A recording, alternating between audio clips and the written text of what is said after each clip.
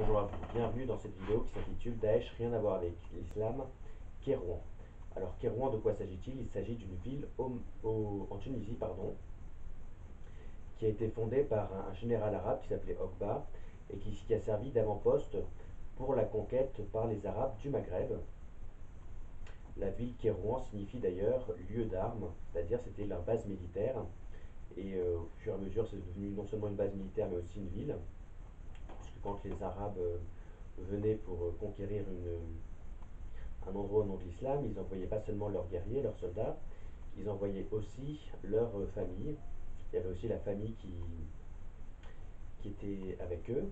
C'est pour ça que cette ville, qui est Rouen à la base, c'était non seulement une base militaire, mais il y avait aussi les familles des djihadistes, comme ce qui se passe aujourd'hui, euh, comme ce qui s'est passé chez Daesh, qui étaient avec eux.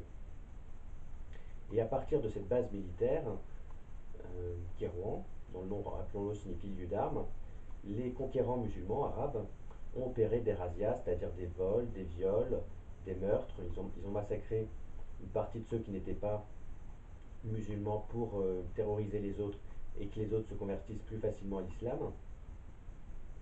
Et ils ont également ils ont également capturé des personnes qu'ils ont revendues ensuite comme esclaves.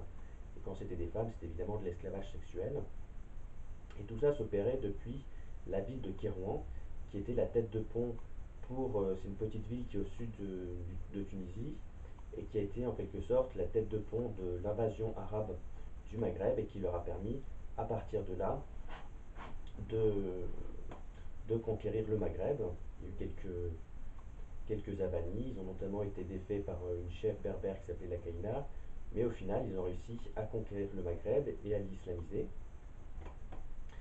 Et ce qui est de tout à fait intéressant, c'est que, bon, non seulement historiquement, petite parenthèse, l'islam leur a permis d'obtenir un blanc-seing pour commettre leurs crimes, puisque, bon, comme il y avait toute une justification religieuse derrière, ils pouvaient voler, tuer, violer, en toute impunité, en toute complaisance morale. Mais surtout, ce qui est très intéressant, c'est qu'aujourd'hui, la ville de Kérouan, c'est la ville la plus euh, c'est la ville la plus sainte du Maghreb pour la religion musulmane. On dit même que c'est la quatrième ville la plus sainte de l'islam après Jérusalem, la Mecque et Médine. La quatrième ville sainte de l'islam. Enfin bon, même s'il y a d'autres villes qui... Il y a trois villes en fait qui sont les trois villes saintes majeures de l'islam, que sont Jérusalem, Médine et la Mecque. Et il y en a d'autres qui se disputent le titre de quatrième ville la plus sainte de l'islam, dont la ville de Kérouan, qui au Maghreb en tout cas est la ville la plus importante pour l'islam, la ville la plus sainte. Et historiquement, cette ville, donc, c'était une base des conquérants musulmans, depuis laquelle ils massacraient des populations, ils en réduisaient à l'esclavage, et ils pillaient des innocents également.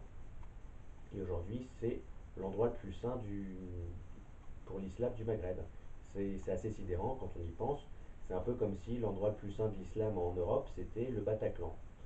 Alors que bon, en plus, quand on compare le Bataclan et ce qui s'est passé du côté de Kérouan, enfin du côté de la Tunisie, non seulement, au Bataclan, si j'ose dire, ils se sont contentés de massacrer des innocents. Là, ils les ont non seulement massacrés, mais ils les ont également réduits à l'esclavage, ils les ont volés, ils les ont violés. Et aujourd'hui, cette ville, Kérouan, dont le nom signifie lieu d'armes, c'est-à-dire c'était une base militaire, eh bien, c'est la ville la plus sacrée de l'islam au Maghreb, alors que ça n'a jamais été qu'une tête de pont de Daesh que les conquérants arabo-musulmans ont utilisé pour commettre leurs crimes.